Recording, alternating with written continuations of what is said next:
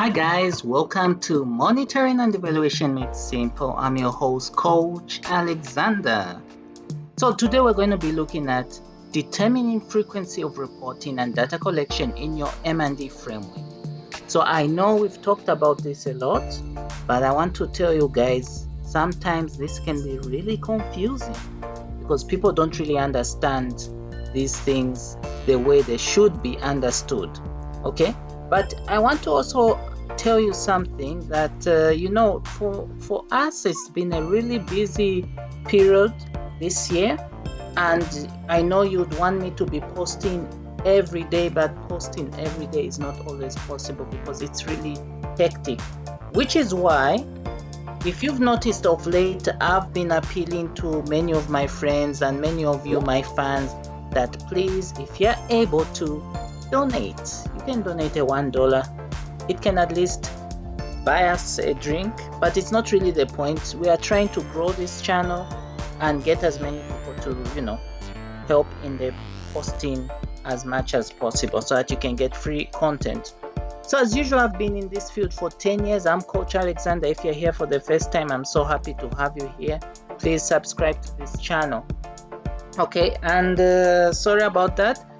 The 6 months one-on-one coaching program, I know I've talked about this. Well, the window is closing and it's closing really fast. Last week, we did the orientation of those who registered late for the course. I don't foresee any new people enrolling because the window is really closing fast. But in case you just want to enroll, we can still accommodate you. We can still find a way to fit you in. These are the free ebooks. Please download them. They're in the description below. And this is the course which I always talk about, how to set up a monitoring and evaluation system. So as usual, this video is quite long because sometimes I like to bring out what's on my mind. Okay, I like it a lot, but use the timestamps if you want to navigate and skip some parts of this video which you don't want to watch. Okay, so now, what exactly is frequency of reporting data? What is the frequency of reporting and data collection? What do we really mean? So I'm sure you know what this means. It's how often should you be doing this. You may go to an organization, they're going to tell you that, okay, we do our data collection annually and we also report annually. Okay, so you may tend to ask yourself, what is the justification? Because when you're coming out with these things, you need to have a strong justification. You have to have a strong reason why you're doing it. Some people feel that collecting data frequently is cosmetically appealing. It makes you look better. It makes you look hardworking. But it may not be actually relevant because there are certain aspects you need to look at before you can actually tell yourself that we're going to be collecting and reporting data, whether quarterly, whether semi-annually, whether annually. You need to have a justification.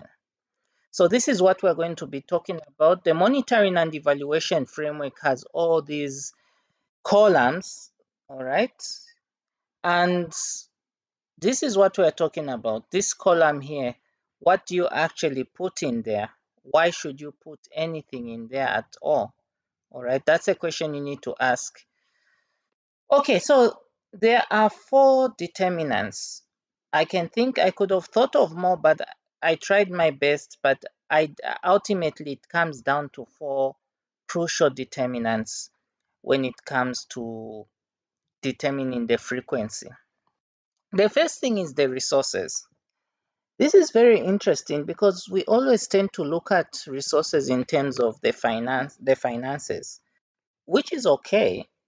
And that's what it really means at the end of the day, because finances feeds into the human resource. It also somehow feeds into the time. But you need to really sit down and analyze this critically. If it comes to finances, you may be well well adequately financed. It could be by a big donor. Okay, it could be well adequately financed. But the question is, the way that those finances are being used may be against a limited manpower. And a good example of this is where you have maybe staff members, either whether they are well paid or not, but they are limited. And most of this money is probably going to implementation of activities. So now, let's say you have 4 key staff members who are required to collect data on a quarterly basis. But when you do an in-depth M&D assessment, you realize actually you should have had 10 staff members. So it means that you're short by 6. What will happen at the end of the day? One, you may be saying, okay, we can collect this data on a quarterly basis. But what will actually happen is that with these 4 members of staff, you'll only be able to collect this data maybe semi-annually. Okay? But because they are forcing those 4 to do it quarterly, they'll probably be collecting it, but the quality of the data will be poor. The quality of the reporting will also be poor. And then these will be people who will be stressed because when they generate these poor reports, you as management are going to shout at them, blast at them, and probably threaten to fire them. But yet it was you yourself who failed to really analyze things. So what we're saying here is that you need to really sit down and see what actually works, not what is cosmetically appealing, because sometimes we just want to showcase that, okay, we have this good, beautiful M&D system, but it's not really achieving anything. On paper, yes, it's one big hell of a system, but in practice, it's not really achieving anything. It's wasting people's time. You need to be careful on that. So that's the first thing. You need to look at the resources. You also need to look at the types of indicators. And this one is obvious because routine indicators, and I hope you all understand what routine indicators are. Routine indicators are those indicators which are regularly collected. So these are indicators that you may definitely have to be collecting them on a monthly basis. I can give you an example of routine indicators. Let's say on a daily basis, you are trying to monitor how much money is being given to workers, okay, who are building maybe some kind of structure, okay, or you could be monitoring because maybe you're giving them lunch allowance every day. You're probably monitoring expenditure, okay, or it could be that let's say you're just pumping in other kind of resources to spearhead an activity. Like let's say you're building a dam, those resources have to be pumped in to the construction workers every day, equipment, um, materials, things like that you monitor. So those things maybe you have to be doing them daily. Okay. So routine indicators obviously have to be done on a regular basis for obvious reasons. But you may have those non-routine indicators, such as the outcome indicators, the impact indicators, which only take time to measure change. So those ones take time, and because of that, you don't need to be collecting them regularly. So that is why you discover actually from the bottom of the monitoring and evaluation framework all the way up, the frequency becomes less and less. That is a rule of thumb. You try it. Try to test it. You see for yourself. That's what actually happens. Okay. So it's the types of indicators being measured One last example, crop productivity. You can't be monitoring crop productivity on a daily basis because crops only get grown and harvested annually. Okay. So in most cases, but of course, you've got other crops that will, give you produce after a quarter or after 6 months. Okay. So all those things you need to look into. This one is by far a very important aspect of a monitoring and evaluation framework. It is the attitude of management. One of the things I've learned in my 10 years is that management can either make or break an M&E system. They can have the best M&E officers. Surprisingly, you have the best M&E officers in an organization, officers that are rich in experience, officers that do the job, officers that want to work. But the attitude of management is always poor. You have an officer recommending, no, let us do this activity. The management is always kind of cold feet. And you see, one of the other things I've learned is that these people sometimes will make it seem like they know, but they don't really understand the M&E. So now, if you are resisting, if you don't have that support, even when you want to do the job, you discover that you'll be hindered so much. Okay, money can be there. There can be plenty of money. Money is not an issue. But because these are people who have cold feet, when it comes to interventions, M&E interventions, the system fails. And when it fails, now this is the interesting part.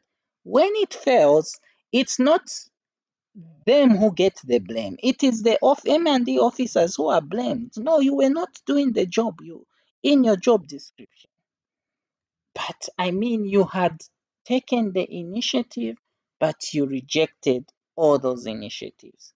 So my appeal to managers is if it is within your means, please work with your officers to make things happen within the organization. It's for your own good, for the good of the organization. It's also for the good of stakeholders. Reporting demands by stakeholders is also another factor that determines frequency. So sometimes, because stakeholders are very interested, are keenly interested in the progress of a project, they'll demand that you finish them with some kind of report. Okay, so sometimes they would want to see these reports on a quarterly basis. Sometimes they would want to see it on a semi-annual basis. So if it is a donor demanding these things, unfortunately, it's very difficult to to resist because they are the ones who are giving you the resources. So the best way is to align to their demands, get the information, tell them, explain to them the challenges they are facing if you cannot meet their reporting cycle. But one thing for sure is that usually if the demands are high, what I've come to learn, especially if it's on the donor, if the donors demand are high on the reports and especially on the quality of the reports, one thing I've learned is because they are also receiving pressure from their own governments. Okay. You may not be able to see this, but I've seen this myself that you have a donor pressuring their partners. But it's not only because they just want to pressure, but the citizens in their home country are actually asking why are they being taxed to support an intervention that isn't working. So it's really for your own good. So sometimes you really need to work hard. You need to strive hard to come up with a report.